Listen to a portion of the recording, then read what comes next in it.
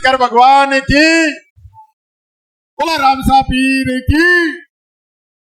आज के वैभव गहलोत जी के इस ऐतिहासिक नामांकन समारोह में हमारे बीच में उपस्थित राजस्थान के जन जन की आवाज,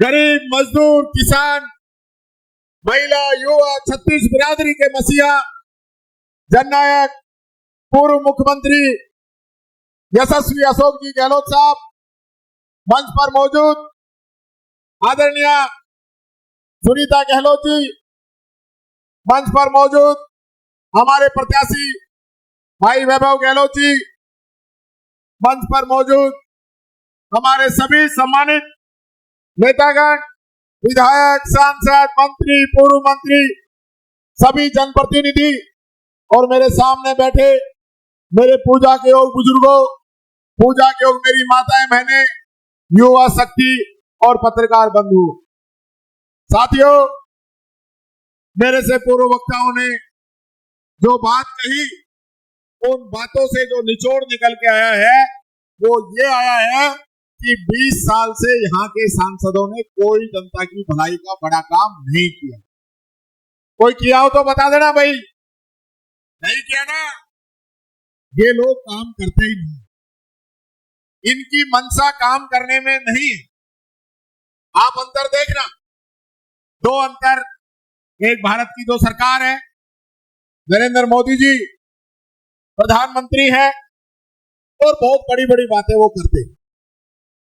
कुछ बातें पूछूंगा, सही ईमानदारी से उनका जवाब देना। अच्छे दिन आ गए, 100 दिन में काला धन आया कि नहीं आया?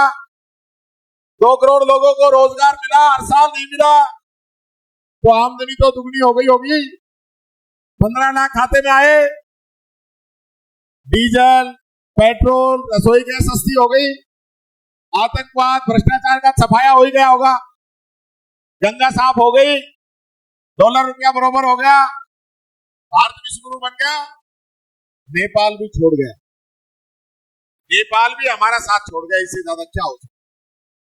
और बोलने में तो एक कहावत हमारे यहाँ कि बोलने वाले के तो ढूंढने भी बिक जाते हैं और नहीं बोलने वाले की रास भी रह जाती। रास कहते हैं फसल का, जो फसल जब निकालते हैं। आज हालत यही है।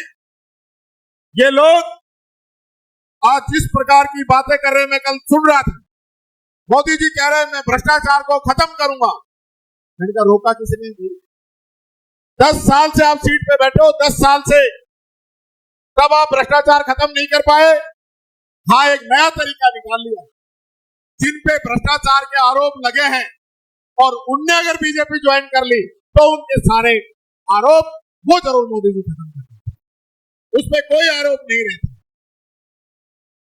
युवाओं के साथ जो धोखा हुआ, बहुत बड़ी बड़ी बातें करते थे, 2 करोड़ युवाओं को रोजगार की, 10 साल में 20 करोड़ बनते और 20 करोड़ में जालोर, सिरोही, सांचौर में कितना हिस्सा आता, कुछ तो आता। हमने भी सोच लिया कि बेटा हमारा कलेक्टर एसपी बने नहीं बने पर पटवारी थानेदार तो बन ही जाएगा। लेकिन 30 लाख नौकरी भारत सरकार की खाली है आज की तारीख में, 30 लाख। और जो लोग कहते थे कि मैं खाऊंगा, मैं खाने दूंगा, वो सबसे ज्यादा खा रहा है, चौड़े में खा रहा है। ये तो भला हो सुप्रीम कोर्ट का जिनका डंडा चल गया और इलेक्ट्रोल बॉन्ड का जो चंदा चोरी का धंधा है वो जनता के सामने आ गया। हजारों करोड़ रुपए का चंदा लिया है। किनसे लिया है? जिन्होंने कोरोना की वैक्सीन बनाई थी। किनसे लिया है? जिनकी टनल उत्तराखंड में बह गई थी। किनसे लिया है? तमिलनाडु में जिनका पुल गिर गया था। किनसे लिया है? जो देश के अंदर लॉटरी का धंधा करते हैं। और मेरे को पता चला है, मैंने तो खूब यहाँ के लोगों को देखा है, यहाँ भी देखा है और बाहर भी देखा है। गौ माता के बहुत बड़े आप लोग भक्त हैं, पशुओं की आप सेवा करते हैं। इन लोगों ने जो गाय को अपनी माता बताते हैं, इन्होंने जो बीफ का निर्यात करते हैं, उन लोगों से भी इन लोगों ने चंदा लिया है और ये देशभक्ति की ये लोग बात करते हैं। अगर गांव के बारे में किसी ने सोचा तो अशोक गहलोत जी ने उनका अनुदान बढ़ाया, अनुदान के महीने बढ़ाए, पूरे 12 महीने का अनुदान दिया। और यही नहीं, जब लंबी में गायें मर रही थी, एक एक किसान बेचारा मर रहा था, उस लंबी के अंदर गायों का भी 40-40 हजार रुपए किसी ने दिया, तो इस अशोक गहलोत जी ने दिया। जब आप लोगों के लिए चिरंजीवी बीमा लेके आए, लोगों ने कहा कि वोटों के लिए इलाज कर रहे हैं इसलिए दवा फ्री दे रहे हैं। इन्होंने पशुओं का भी दवा फ्री की ताकि उस मूक प्राणी का भी इलाज हो सके। पैसे के अभाव में किसी का पशु मरे नहीं। हमें क्या उन पशुओं से भी वोट लेने थे? लेकिन आज ये बात हम नहीं समझते हैं। हमारे बीच में ऐसे कैंडिडेट मिल गए। मैं बैठा बैठा सोच रहा था कि वैभव, जो नाम है वैभव, आप जिताएंगे तो राजस्थान का वैभव बढ़ाएंगे, और वैभव जी यहां से जीत के जाएंगे तो जालोर, सिरोही और सांचौर, इन तीनों जिलों का वैभव बढ़ाएंगे। ये बात मैं आप लोगों से कहता हूं।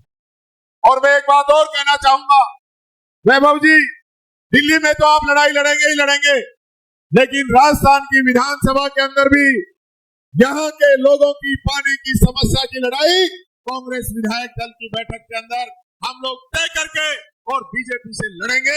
ये भी लोकसभा क्षेत्र के लोगों से हम वादा करते हैं। और उन्होंने यहाँ के लोगों को पानी नहीं पिलाया तो इन भजनलाल जी को पानी विधानसभा में हम पिला देंगे, ये आप लोगों से वादा करते हैं। बड़ी बड़ी बातें करते थे, कानून की बातें करते थे, महिला सुरक्षा की बातें करते थे। आपने आज का अखबार पढ़ा होगा, मुख्यमंत्री की सुरक्षा के अंदर जो इंस्पेक्टर है, मुख्यमंत्री की सुरक्षा के अंदर उनके हौसले इतने बुलंद है कि उसका बेटा घर के बाहर किसी गरीब रेडी वाले को बेड से पीट पीट के मार देता है। आज रात की घटना है। ये जनता की क्या सुरक्षा करेंगे? नाबालिग बच्ची बरामदे में से उठा के लोग ले जाते हैं, रेप करते हैं, और ये लोग चुप है। ये क्या उन लोगों की सुरक्षा करेंगे? बहुत बड़ी बड़ी बातें करते थे, लेकिन आज हकीकत धरातल पे आ चुकी है। अखबार के अंदर पढ़ना, देखना कि किस प्रकार का माहौल पूरे राजस्थान के अंदर हो चुका है। जंगल राज हो गया, गुंडा राज हो गया। पहले हमारे राज पे लोग बताते थे जितना काम पिछले 5 साल में हुआ, पिछले 75 साल में इतना काम नहीं हुआ होगा जितना 5 साल में हुआ। मैं बात करना चाहूंगा गरीब की। आपको गेहूं दिया कांग्रेस ने दी, आपकी पेंशन दी, आपके इलाज का ध्यान रखा, एक्सीडेंट हो गया तो आपका ध्यान रखा, हॉस्पिटल में डिलीवरी हो रही है तो ध्यान रखा, आपका बच्चा पढ़ने जाए तो ड्रेस का ध्यान रखा, आगे पढ़े तो उसकी स्कॉलरशिप का ध्यान रखा, और आगे जाए तो उसकी नौकरी का ध्यान रखा। ये है कांग्रेस सरकार अशोक गहलोत जी की। राइट टू हेल्थ कानून पूरे विश्व के अंदर, पूरे विश्व की बात कर रहा हूं, राइट टू हेल्थ लागू करने वाला राजस्थान पहला राज्य बना। आपकी पेंशन हर साल 15% बढ़ेगी। ये कानून राजस्थान ने बनाया है। हो सकता है जो अमीर लोग हैं उनके पेंशन से फर्क नहीं पड़ता, लेकिन मैं समाज कल्याण मंत्री रहा हूं।